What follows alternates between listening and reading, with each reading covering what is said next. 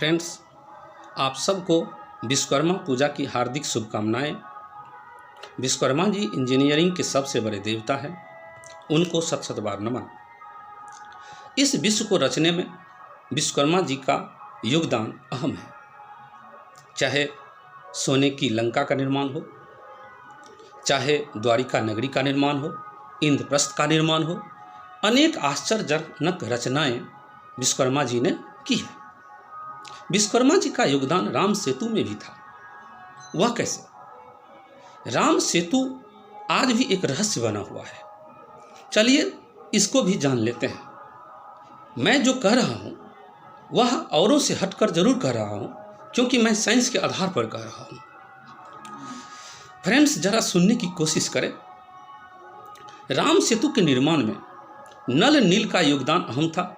नल नील विश्वकर्मा जी के पुत्र थे। जब नल नील बालक के समय यानी कि बचपन में ऋषि के कपड़े लेकर के जल में फेंक देते थे, तो ऋषि ने श्राप दिया कि नल नील, तुम जिस वस्तु को पानी में फेंकोगे वह वस्तु तैरने लगेगी, डूबेगी नहीं।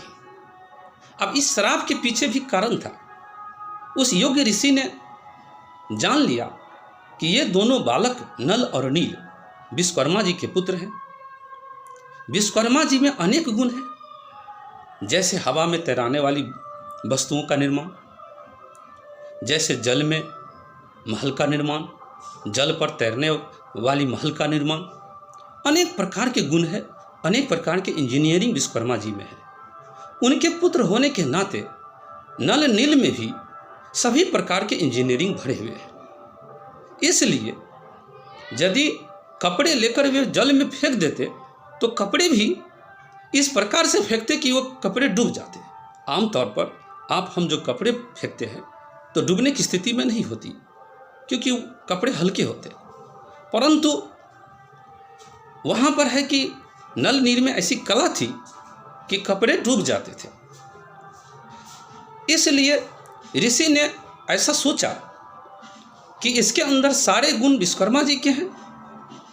इसलिए विश्वकर्मा जी के सिर्फ एक ही गुण इसमें रहे कि ये तैराने वाले कार्य करे, सिर्फ वही इंजीनियरिंग का प्रयोग करे जिससे कि वस्तुएं तैरने लगे, डूबे नहीं।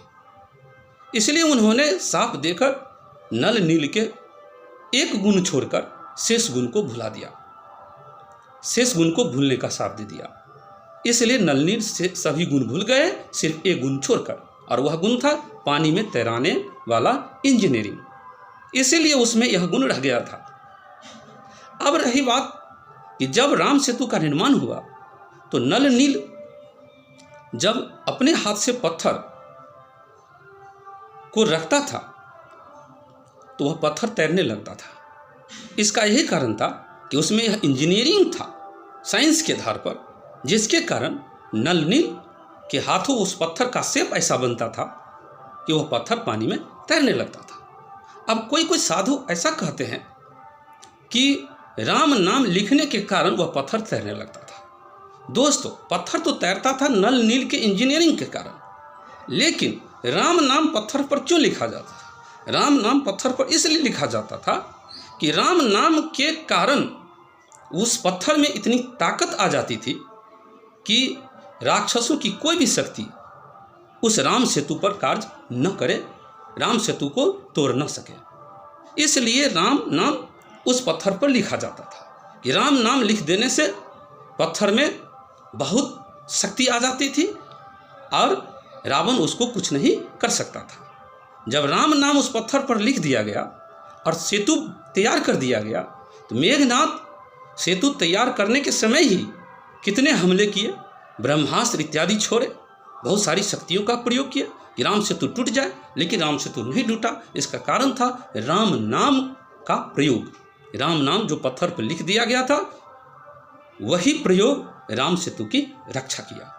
तो बहुत सारे संत कहते कि राम नाम से तैरने लगे। ऐसी बात नहीं। तैरने का इंजीनियरिंग नल नील का था और राम नाम में चमत्कृत शक्ति थी, जिसके कारण से उस राम सेतु को कुछ बिगाड़ नहीं पाया राक्षस। दोस्तों, इस तरह से राम सेतु बनकर तैयार हो गया। यही रहस्य है राम सेतु का। लेकिन इसको यदि हम किसी के मुंह से सुनते हैं तो गलत तर्क न ले, बिना इंजीनियरिंग का तर्क न माने, इंजीनियरिंग और साइंस को लेकर ही आप तर्क को स्वीकार करें। आखिर तभी हम भारत का विकास इतना कर सकते हैं कि यह सर्वोच्च पद पर जा सकता है, अमेरिका से आगे भाग सकता है। नहीं तो नहीं होगा। हमें अपने इंजीनियरिंग को विकसित करना होगा, अंधविश्वास में नहीं रहना है। हमें अपनी इंजीनियरिंग को साइंस के आधार पर विकसित करना है और फिर सबसे आगे बढ़ना है। दोस्तों, विज्ञान के आधार पर किसी बात पर विश्वास करें, ठेठी भाषा में नहीं, अंधविश्वास की तरह नहीं।